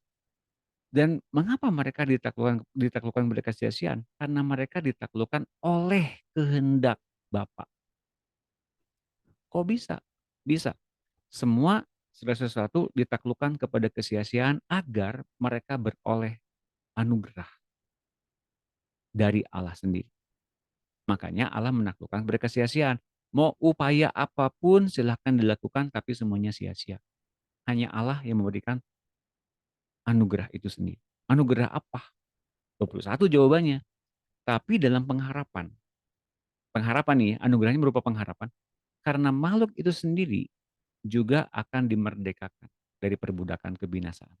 Jadi anugerah yang dimaksud oleh Allah adalah anugerah berupa pengharapan mereka akan dibebaskan dari perbudakan kebinasaan dan masuk ke dalam kemerdekaan kemuliaan anak-anak Allah. Makhluk yang kemudian diperbudak itu artinya akan diberikan pembebasan dari perbudakan kebinasaan dan diberikan status anak-anak Allah yang merdeka. Pertanyaan saya, jadi kalau kemudian mereka dibebaskan dari status anak-anak makhluk yang diperbudak dalam kebinasaan, mereka kemudian dapat anugerah berupa pengharapan dibebaskan untuk menjadi anak-anak Allah yang merdeka, mereka sebelumnya berstatus sebagai siapa? Siapa yang tahu?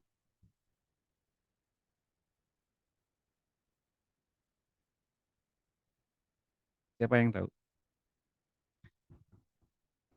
Kalau tujuan akhirnya mereka dibebaskan dari perbudakan kebinasaan jadi anak-anak Allah, awalnya siapa? Siapa yang tahu? Dan di manakah mereka diperbudak oleh kebinasaan itu? Siapa yang tahu? Enggak ada yang bisa jawab?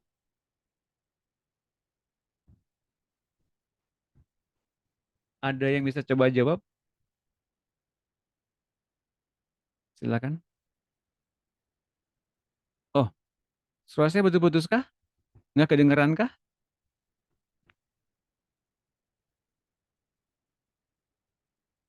Tes, 1, 2, 3. Kedengeran kah suara saya? Kedengaran Pak Doni. Oke. Ada yang bisa jawab? Bagaimana pertanyaan saya tadi? Jawabannya? Coba diulang. Kalau kemudian makhluk itu diperbudak dalam kebinasaan. Diperbudak di mana? Siapa yang memperbudak mereka? Menaklukkan kepada kesia-siaan. Siapa yang kemudian melakukannya?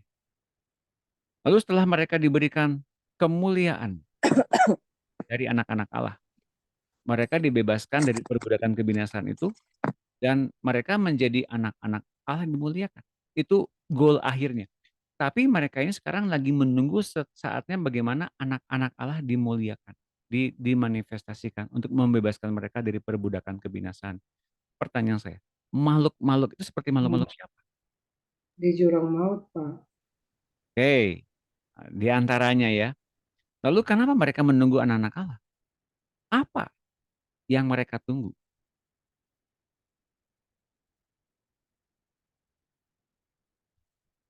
Kalau siapa yang mereka tunggu kita udah tahu. Yang mereka tunggu adalah kemuliaan anak-anak Allah. Yang mereka tunggu apa? Hingga mereka dibebaskan dari perbudakan kebinasaan. Yang ngikutin minggu kemarin pasti tahu jawabannya. Suara saya betul-betuskah teman-teman? Oh, sekarang kedengaran, Pak. Oke, sekarang kedengaran. Bisa mungkin doa ya, doa kita untuk orang-orang itu. Bukan. Yang mereka tunggu apa? Siapanya kan kita udah tahu. Anak-anak Allah dinyatakan. Apa yang mereka tunggu? Berita Injil Pemberitaan yang firman. Tepuk tangan. Terima kasih Bu Dina dan Pak Jeff. Yang mereka tunggu adalah Injil damai sejahtera, pelajaran minggu yang lampau, 2 sesi sebelumnya. Bahwa yang mereka tunggu adalah Injil damai sejahtera dari Allah. Yang mengemukakannya adalah anak-anak Allah yang sudah diberikan kemuliaan oleh Allah. Kalau Injil dinyatakan kepada mereka, mereka kemudian diperdamaikan oleh Allah, mereka dilepaskan dari perbudakan kebinasaan untuk masuk menjadi anak-anak Allah. Tadinya mereka siapa? Makhluk-makhluk ini teh. Siapa tuh tadinya mereka?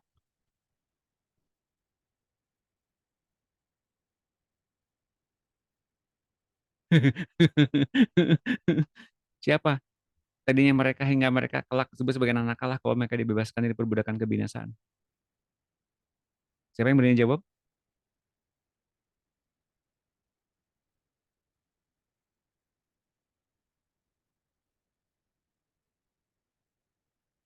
Ada yang bisa jawab kah? Pak Jeff? tadinya Bisa mereka juga. budak-budak ini ya, budak-budak maut. Gimana Pak Jeff? Berbagai macam juga, mungkin dari mereka dari dunia orang mati, dari malaikat yang memberontak, dari bahkan juga mungkin dari dunia orang hidup yang belum mengenal Yesus ya. Yes. Tepuk tangan buat Pak Jeff dan Bu Dina. Sekali lagi. Kita baca ayatnya ya, Filipi 2. Filipi 2 ayat 9-11. Ya, ini jaringannya di sini rada bermasalah ternyata ya. Saya rasa betul-betul bisa pastikan nanti rekamannya nggak terputus-putus. Filipi 2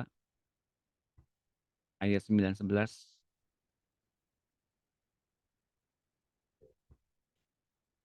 Itulah sebabnya Allah sangat meninggikan dia, Yesus, dan mengaruniakan kepada Yesus nama di atas segala nama, supaya dalam nama Yesus bertekuk lutut segala yang ada di langit, di dunia roh, dan yang ada di atas bumi yang masih hidup, dan yang ada di bawah bumi yang telah terputus nyawanya di dunia ini. Ya, karena ini di bawah bumi loh. Di bawah bumi ini tempat dunia orang mati. Nah, jadi mereka bisa bertekuk lutut dan mereka bisa kemudian mendapatkan apa? Mendapatkan pembebasan secara rohani. Meskipun dihakimi secara badani, secara roh dapat hidup menurut kehendak Allah. Itu jawabannya. Terima kasih Pak Jeff dan Ibu Dina yang telah menjawab dengan luar biasa benar. Nah, teman-teman, ya, Maaf, Pak. ya. Tapi ada yang orang yang hidup itu mendengar firman Tuhan dan tidak mau bertobat. Sedangkan tadi kita baca di Alkitab bahwa mereka sedang menantikan anak-anak Allah. Tapi pas mereka mendengar Injil, belum ada yang maksudnya ada orang yang belum nggak bertobat gitu. Iya, itu mereka belum sampai kepada pertobatan yang apa namanya, yang membawa mereka kepada Injil yang sebenarnya, bahwa mereka nggak perlu Allah sebetulnya, nggak perlu hidup yang baru. Nah, bagaimana caranya mereka diselamatkan meskipun mereka ini diperbudak dalam kebinasaan? Mereka lagi diperbudak dalam kebinasaan. Kita mempunyai pertobatan karena diberikan roh pertobatan. Kita diberikan pemulihan status, kita diberikan roh pemulihan oleh Tuhan. Terlebih dulu mungkin jiwa kita, luka batin kita diobat, dibebat lukanya sama Tuhan. Kemudian kita bisa menerima dengan kasih karunia, dengan anugerah bahwa kita tuh layak untuk dipulihkan oleh Tuhan. Meskipun pada faktanya kita masih mungkin punya satu hal yang banyak perlu dibereskan, tapi kalau kita mulai menerima itu semua, itu adalah anugerah dari Tuhan. Asal mulut yang mengaku dan hati yang percaya aja itu cukup. Itu langkah awalnya. Langkah berikutnya, nah saya mau katakan, agar perbudakan kebinasannya benar-benar lepas, maka setiap orang yang dipimpin oleh Roh Allah adalah anak-anak Allah. Oke? Nah, kalau orang yang dipimpin oleh Roh Allah sepenuhnya adalah anak Allah, bagaimana dengan orang-orang yang nggak bisa dipimpin oleh Roh Allah meskipun mereka lahir baru, belum jadi anak Allah? Statusnya menjadi apa? Orang duniawi yang masih diperbudak oleh kebinasaan. Dengan adanya dosa yang masih menghinggapi mereka dan memperbudak mereka untuk melakukan dosa terus-menerus. Jelas ya? Itu kaitannya ke situ. Terima kasih, Pak. Terima kasih. Jelas ya, teman-teman? Kita lanjutkan. Seru. Lihat ini. Sebab, ini lihat. Ini jawabannya luar biasa. Pernyataannya luar biasa. Sebab kita tahu bahwa sampai sampai Injil ini dituliskan, bukan Injil ini kitab Roma ya, dituliskan oleh Paulus kepada jemaat di Roma, sampai dengan kita baca hari ini. Sebab kita tahu sampai sekarang segala makhluk sama-sama mengeluh. Kita tahu makhluk yang tadi dibahas adalah yang di dalam dunia roh, yang di atas bumi yang masih hidup, dan yang ada di bawah bumi. Sama-sama mengeluh. Semua makhluk sama-sama mengeluh. Dan sama-sama merasa sakit bersalin yang hidup di muka bumi ini. Ya, termasuk kita semua nih. Semua nih yang masih hidup di muka bumi. Segala makhluk sama-sama mengeluh dan sama-sama merasa sakit bersalin. Pertanyaan saya, siapakah yang tahu? Kita lagi mengeluh soal apa?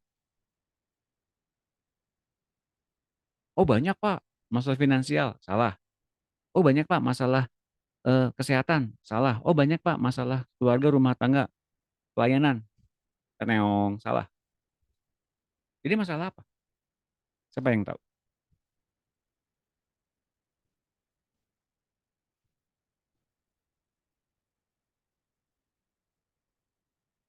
Kita tahu sekarang masalah kita tuh sebetulnya 4 ya.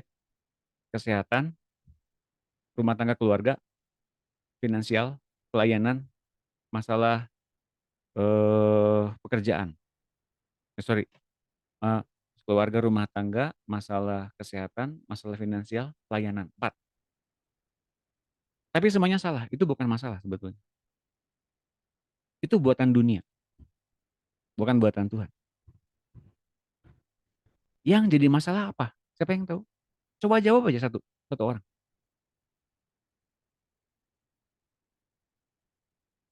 Pak Jeff, kira-kira tahu Pak? Pembebasan tubuh. Tepuk tangan. Pengangkatan. Betul. Kaitannya kenapa sih? Kaitannya nih, lihat nih kaitannya. Lihat ini. Bahwa penderitaan zaman sekarang ini tidak dapat dibandingkan dengan kemuliaan yang akan dinyatakan kepada kita. Oke? Jelas ya? Mengapa kemudian ini diawali dengan kemuliaan? Karena kita yang telah menerima kemuliaan Tuhan, kita pun kelak akan mendapatkan kemerdekaan secara leluasa, secara rohani dan secara jasmani. Kapan rohaninya? Sekarang. Kapan jasmaninya? Ketika kita terangkat naik ke surga bersama-sama dengan seluruh orang-orang percaya yang lain di muka bumi ini. Itu pembebasan secara inaugurasinya anak-anak Allah dari dunia ini. Pengangkatan orang percaya. Tapi tahukah Bapak Ibu sekalian, ketika kita mempunyai kesadaran menyatu dengan Allah, dan itu kesadarannya penuh, roh yang ada dalam diri kita lebih besar dari dunia ini, seperti yang tadi kata Bu Mundi. Di hari itu kita percaya dan kita bertumbuh dalam iman yang tepat. Itulah saatnya kita beralih kepada tubuh kemuliaan yang kita miliki bersama-sama dengan Tuhan. Nah, tapi sekarang tuh kita lagi mengandung, bersalin. Kapan lahirnya nih? Tubuh kemuliaan itu akan tercipta. Kita tuh lagi membiarkan Tuhan berkuasa untuk menghasilkan setiap pertumbuhan yang ilahi. Meskipun daging kita berontak, meskipun pikiran kita berontak, meskipun kepentingan kita berontak, tapi kita lagi mengandung nih. Kapan lahirnya? Sampai kesadaran itu secara penuh dalam tubuh, jasmani, dalam jiwa, akal budi, dalam roh kita, dalam nyawa kita sepakat. Dan itu akan diubahkan sama Tuhan. Sesegera mungkin. Dan saya mau katakan, dia tidak menunda-nunda. Dia akan memberikan kepada kita selalu cepat, tapi kitanya yang lambat. Nah, saya kasih tahu. Teman-teman. Jelas ya? Kita tuh lagi diperkenankan untuk mengandung. Itu dikatakan di ayat ini dengan jelas. Sama-sama sakit bersalin. Sama-sama mengeluh. Tapi bukan mengeluh soal kurangnya finansial, kurangnya rumah tangga yang harmonis. Bukan itu. Itu buatan si jahat yang kemudian membuat kita jadinya luka batin terus-menerus. Dan kehilangan esensi dalam hidup yang berlimpah-limpah di dalam Tuhan. Coba kalau kita kemudian bertanya sama Tuhan, Tuhan apa yang kau mau? Dan ketika ia bicara, ia kemudian memberikan kepada kita hikmat. Kita melakukannya, di situ kita mulai menghidupi karya Tuhan yang sudah hidup sempurna dalam diri kita. Maka kita sekarang beralih kepada kehidupan yang Tuhan create dalam diri kita. Yang Tuhan bikin dalam diri kita. Makasih Pak Jeff atas jawabannya, luar biasa. Tepuk tangan Pak Jeff. Wah. Jelas teman-teman? Ada pertanyaan sampai sini? Kalau kita kemudian sedang mengandung untuk kita dilahir barukan, dan kita kemudian jadi anak-anak Allah yang dibebaskan secara jasmani kelak, menjadi anak-anak Allah yang dimerdekakan dari bumi ini dalam pengangkatan orang percaya, kalau orang-orang yang masih diperbudak dalam kebinasaan, mereka hendak straight way to hell. Berjalan dalam kebinasaan, ke dalam kebinasaan, dan dalam kebinasaan. Kepada kebinasaan. Tapi kita, from glory to glory. Bedanya itu. Jelas ya? Oke, ada pertanyaan sampai sini? Sebelum kita teruskan, kita akan buka foto bersama dulu. Kita akan buka video bersama dulu. Dan kita berfoto bersama. Silakan dibuka semua video. Ya mudah-mudahan sinyalnya nggak terputus-putus lagi. Di sini sinyalnya memang agak berubah-berubah. Wah, terima kasih sudah semangat. Wah, silakan dibuka Ibu Sinar, Ibu Enda, Bu Marta, Bu Levina, Bu Soraya. Oke, nggak apa-apa. Bu Dina silakan. 1, kita akan foto ya. 2, berikan terbaik buat teman-teman sini semua. 1, 2, 3. Oke, satu lagi ya. 1, 2, 3. Hilang. 1, 2, 3. Sinyalnya jelek. Oke, tetap terfoto kok semuanya. Oke, terima kasih sudah berfoto bersama. Tepuk tangan semuanya. Adakah pertanyaan teman-teman? Bapak Ibu? Silakan, ada pertanyaan. Apakah ada pertanyaan? Oke. Kalau nggak ada pertanyaan, bahasan kita sore hari cukup di sini. Nanti hari Sabtu ini Sabtu ya, hari Jumat, saya akan teruskan di bahasan berikutnya. Oh, ini masih ada loh. Bentar ya. Masih ada, saya bahas dulu sampai habis. Dalam bahasa Inggrisnya begini, for the creation was subject to futility. Ya, but because of him who subject in it hope. Ini udah tadi dibahas dalam bahasa Indonesia sama. Because the creation itself, karena makhluk itu pun sendiri, also will be delivered from the bondage of corruption. Setiap makhluk itu sendiri akan dibebaskan dari belenggu kebinasaan itu ke dalam the glorious liberty of the children of God, kepada kemenangan, kemerdekaan anak-anak Allah. Ya, anakku, kemerdekaan dan kemuliaan anak Allah itu hanya diberikan kepada anak-anakku yang mau mendekat dan bersatu dengan aku. Lihat ini. Jadi nggak semua orang diberikan. Bahkan kepada semua orang Kristen pun tidak semua. Karena ada anak-anak yang kemudian memutuskan mendekat kepada Allah. Dan hanya kepada mereka saja yang diberikan. Menjadi satu dengan Allah yang maha besar sendiri. Dahulu Paulus masih berharap-harap akan terjadinya hal itu. Tapi sekarang saatnya janji itu benar-benar dipenuhi. Sampai sekarang belum banyak hamba Tuhan mengerti apa maksud tulisan Paulus itu. Walau aku sering berbicara kepada hamba-hambaku yang telah mendekat kepadaku. Lihat hidupnya Henoh. Dia satu-satunya yang mampu mengerti setelah mendengarkan anakku berbicara terus kepadanya dari tahun ke tahun.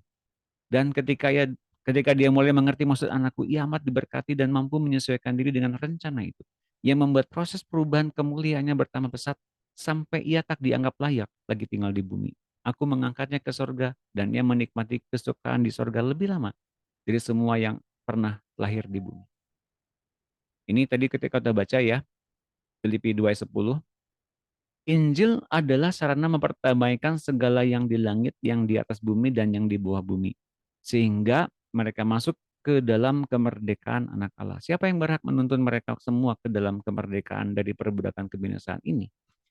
Anak-anak Allah yang telah dimerdekakan oleh kasih dan anugerah yang luar biasa ini. Segala penderitaan di bumi akan diakhiri. Sakit bersalin akan ditiadakan oleh anak-anak Allah yang merdeka ini. Esensinya adalah apa? Penderitaan bahwa kita sekarang sedang mengalami kemerdekaan dan kemuliaan anak-anak Allah. Nah, saya mau tutup akhir dari pembicaraan pada sore hari ini dengan biarkan ia merdeka dan leluasa bekerja, bergerak dalam diri kita. Dan kita semakin diubahkan terus-menerus ke dalam setiap kemanunggalan bersama-sama dengan Allah. Dan ia akhirnya sendiri meminjam tubuh kita untuk melaksanakan kuasanya, keinginannya tergenapi di muka bumi ini. Sebagai penutup, ketika sorga dibengkokkan ke bumi ini, ia sebetulnya sedang membentuk sorga di bumi ini secara literal, secara benar-benar. Dan itu yang ia lakukan adalah mengubah tubuh kita menjadi tubuhnya yang mulia. Jadi kalau kemudian kita melakukan ini terus-menerus, melakukan apa yang Tuhan mau terus-menerus, maka yang terjadi adanya perubahan demi perubahan yang signifikan dalam tubuh jasmani kita, dalam rohani kita, dalam hidup kita, dan dalam akal budi dan jiwa kita. Mari kita tundukkan kepala dan mari kita berdoa. Bapak, terima kasih akan setiap pernyataan-pernyataanmu yang ajaib, atas setiap keinginan dan inisiatifmu untuk kami mendekat kepadamu, dan Engkau buka pintu-pintu tabir-tabir itu yang telah tertutup sedemikian lamanya, dan Kau bukakan oleh pendamaian darah salib Kristus, hingga kami boleh mendekat satu roh dengan Kau, bahkan satu tubuh dengan Kau, oleh karena Kristus yang ada dalam diri kami. Terima kasih Bapak, kami sekarang memutuskan untuk membiarkan Kau dengan merdeka dan leluasa bergerak di dalam kami, hingga membuat kami merdeka dan leluasa dipimpin oleh Roh Kudus, masuk dalam kemuliaan demi kemuliaan sampai dengan Maranatha, sampai dengan kami menyenangkan Kau senantiasa. Bapak, terima kasih atas kesempatan ini. Engkau yang sekarang bergerak dalam diri kami, bernafas dalam diri kami, bermujizat dalam diri kami. Sekarang kami tahu, kami sedang sakit bersalin. Untuk kami sekarang melahirkan pribadi Kristus yang penuh dalam tubuh jasmani. Dan mari Tuhan Yesus, bekerja penuh. Tanggalkan semuanya. Apa yang menghambat Engkau bekerja, kami membiarkan Engkau Roh Kudus. Setiap apapun yang menghalang-halangi pekerjaan Tuhan. Setiap perkataan yang kami tidak percayai, yang membuat kami tidak percaya itu, kami sekarang membiarkan keluasan kepadamu Roh Kudus untuk mencabutnya, menghabiskannya, mencabut sampai ke akar-akarnya, dan membersihkan kami dari yang najis, dari yang kotor, dari dunia ini, dari secara ritual agamawi. Dalam nama Tuhan Yesus, oleh air yang hidup, menguduskan kami, menyucikan kami. Dan kami tahu setiap pelanggaran-pelanggaran kami yang berkonsekuensi kepada penghukuman, sekarang kami membiarkan Engkau Roh Kudus, membiarkan semua rasa bersalah, tertuduh, dan dosa-dosa itu sendiri sekarang terangkat naik ke permukaan hingga kami mengenal setiap dosa kami dan kami kapok di dalamnya. Dan kami membiarkan Engkau sendiri membawa kami ke dalam pertobatan dan pemulihan. Hingga setiap kami yang telah berbuat dosa, kami mengakui dosa-dosa kami di depan Tuhan. Dan kami semua minta diampuni. Dan kami semua minta dipulihkan. Setiap status berdosa, setiap perbuatan-perbuatan dosa yang pernah kami lakukan, nyatakan itu dalam diri kami hingga kami semua mengakui semuanya satu persatu dan kami dipulihkan, kami diampuni, dan kami dilupakan dari dosa-dosa ini. Kami tertanam dalam keluarga Allah dan kerajaan Allah dengan tepat. Dan di dalam semuanya itu, kami biarkan Kau bertumbuh, melebur kami menjadi satu dalam Kristus dan dalam Allah. Mari Roh Kudus, pimpin kami dalam kekudusan, pimpin kami dalam kesempurnaan Bapa, pimpin kami dalam kemurnian pengajaran Kristus.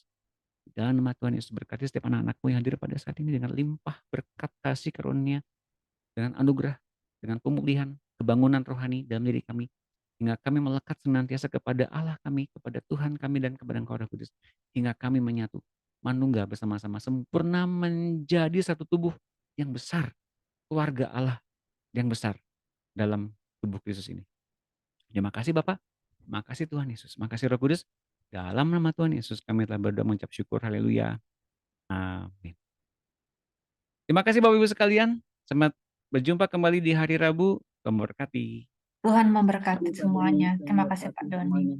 Berkati Terima semua. kasih Pak Doni. Terima Tadi kasih. berarti salah ucap hari Jumat ya Pak? Enggak hari Jumat ya Pak? Hari Jumat. Jumat ada apa? Tadi Bapak sempat Jumat. Hari Rabu, Pak. Hari Rabu, Bu. Kapan Jumatnya? Iya, enggak tadi. Hari Rabu. Enggak. Siapa yang bilang Jumat? Enggak. Siapa yang bilang? Merdeka. Merdeka. Hari Kamis. Ya. Merdeka itu. Oke, terima kasih sama. Buku berapa ya? Buku 12. Terima kasih, Tuhan berkati. Terima kasih, Pak, Tuhan berkati. Bu Budi. Terima kasih, Pak. Semuanya.